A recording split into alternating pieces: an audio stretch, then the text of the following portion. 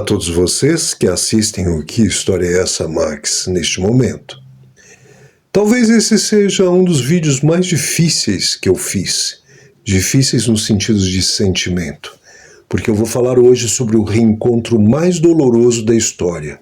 O reencontro de Argos e Ulisses. Vou explicar um pouquinho melhor. Mas antes disso, sejam todos muito bem-vindos a mais um capítulo épico aqui no Que História é essa, Max? Porque hoje eu não quero falar sobre espadas, escudos ou grandes batalhas. Eu quero falar sobre o tempo, sobre a lealdade que desafia a própria vida e sobre o reencontro mais doloroso que a literatura ocidental já registrou. Essa pintura que vocês estão vendo agora não é apenas tinta sobre tela. É a alma de uma das maiores histórias que a humanidade já contou. O nome da obra é Ulisses and the Argos, pintada por Breton Rivière, em 1885. E ela ilustra o momento exato em que um herói retorna para casa, mas o preço que ele pagou por essa jornada é maior do que qualquer guerra. Para entendermos o peso dessa lágrima solitária do herói grego, precisamos voltar no tempo, voltar para a mitologia, para os gregos, para os troianos e para a guerra que mudou o mundo. Nós estamos falando de uma era onde os deuses caminhavam entre os homens, onde o destino era escrito pelos oráculos e a honra valia mais que a própria vida. Estamos na Grécia Antiga, por volta de 1184 a.C., na lendária Guerra de Troia. De um lado os aqueus, os gregos unidos sob o comando do rei Agamenon, cruzando o mar Egeu com milhares de navios. Do outro os troianos defendendo sua cidade inexpugnável. E no meio disso tudo, o motivo do conflito, o rapto de Helena, a mulher mais bela do mundo, levada por Paris de Troia. E entre os heróis gregos havia um homem que não era o mais forte como Aquiles, nem o mais bravo como Ajax. Mas ele era o mais inteligente, o mais ardiloso, o rei de Ítaca, Odisseu, que os romanos chamariam de Ulisses. Foi Ulisses quem idealizou o plano do cavalo de Troia, a ardilosidade que pôs fim a 10 longos anos de cerco e derramamento de sangue. Troia caiu. Os gregos venceram, mas para Ulisses, a verdadeira guerra apenas começaria, o retorno para casa. A viagem de volta, que deveria levar semanas, transformou-se em uma epopeia de 10 longos anos. A Odisseia, como o poeta Homero imortalizou em sua obra-prima. Enquanto Ulisses enfrentava monstros marinhos, resistia ao canto das sereias e ficava prisioneira da deusa Calipso, o tempo passava impiedosamente em Ítaca. 20 anos, 2 décadas inteiras longe de sua esposa fiel Penélope e de seu filho Telêmaco, que cresceu sem nunca ter conhecido o pai.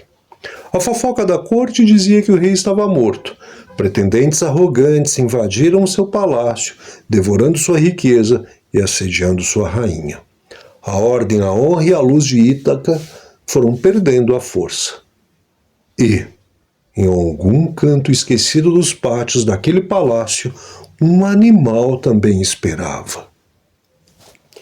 Antes de partir para Troia, Ulisses havia criado um filhote de cachorro. Seu nome era Argos. Ele o havia treinado com carinho e firmeza para ser um magnífico cão de caça.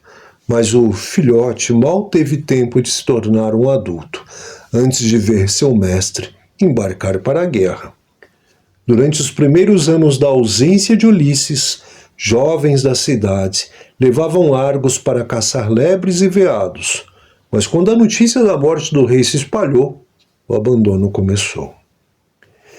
20 anos depois, quando Ulisses finalmente pisa nas terras de Ítaca, a deusa Atena o disfarça como um mendigo velho, sujo e coberto de trapos. Ninguém, absolutamente ninguém, reconhece o rei em sua própria terra, nem sua esposa, nem seu filho. Ele caminha pelos portões de seu próprio palácio e ali deitado sobre montanhas de estrume de mulas e bois, infestados de carrapatos, fraco demais até para afastar as moscas, estava Argos. É neste exato momento que a pintura de Rivière nos atinge. Ulisses passa pelo portão, ele ouve um barulho, ele olha para o canto, o velho cão com os olhos embaçados pela idade e pela doença, levanta a cabeça. Apesar de 20 anos, apesar dos disfarces da deusa, apesar de estar irreconhecível, Argos sabe, ele reconhece a alma de seu mestre. O que esse cão exausto faz? Ele não tem forças para se levantar. Ele não tem forças para pular no colo do dono como fazia quando era filhote. Mas com o último fio de vida que lhe restava, Argos abana a cauda e abaixa as orelhas em sinal de profunda reverência e amor. É o seu último suspiro de alegria.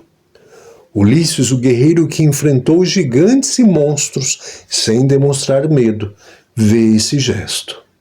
O herói de coração, de pedra, começa a chorar. Uma lágrima solitária escorre pelo rosto do mendigo, que ele limpa rapidamente para não ser visto pelos servos negligentes. Homero, o poeta cego, escreveu esta cena com a mesma nobreza que usaria para descrever a morte de um grande rei. E logo após esse reencontro silencioso, após garantir que seu dono havia voltado para casa, Argos fecha os olhos para sempre. Ele cumpriu sua missão. Ele esperou 20 anos apenas para ver Ulisses uma última vez. Eu me lembro, Max, que quando eu era pequeno, o meu pai, que por coincidência também era grego, me contava essa história. E eu chorava baldes de lágrimas. Toda essa memória nostálgica me veio à mente agora. Mas enfim, Argos não era apenas um animal de estimação, não. Ele era o símbolo da lealdade inabalável, o espelho do que havia acontecido com a casa de Ulisses em sua ausência, enquanto Penélope e Telêmaco sofriam nos salões de festas, Argos sofria no esterco, mas nunca abandonou seu posto. Essa história prova que a verdadeira nobreza não está na coroa que você usa, mas na fidelidade que você guarda. E que muitas vezes o amor mais puro não vem de palavras, mas de um simples abanar de cauda no final de uma longa espera. E aí, meu povo, vocês já conheciam a história do fiel Argos? Qual foi o animal que marcou a história da sua vida? Se você chegou até a essa parte do vídeo, deixe aqui nos comentários, eu leio e respondo a todos. Se essa história arrepiou vocês, se vocês amam essas narrativas épicas e comoventes, não se esqueçam de apertar o botão de curtir e se inscrever no canal e ativar o sininho. Aqui, no Que História é Essa, Max, nós buscamos as emoções e os fatos que moldaram a humanidade. Até a próxima aventura e lembrem-se, a lealdade é a maior das forças. Até mais, pessoal.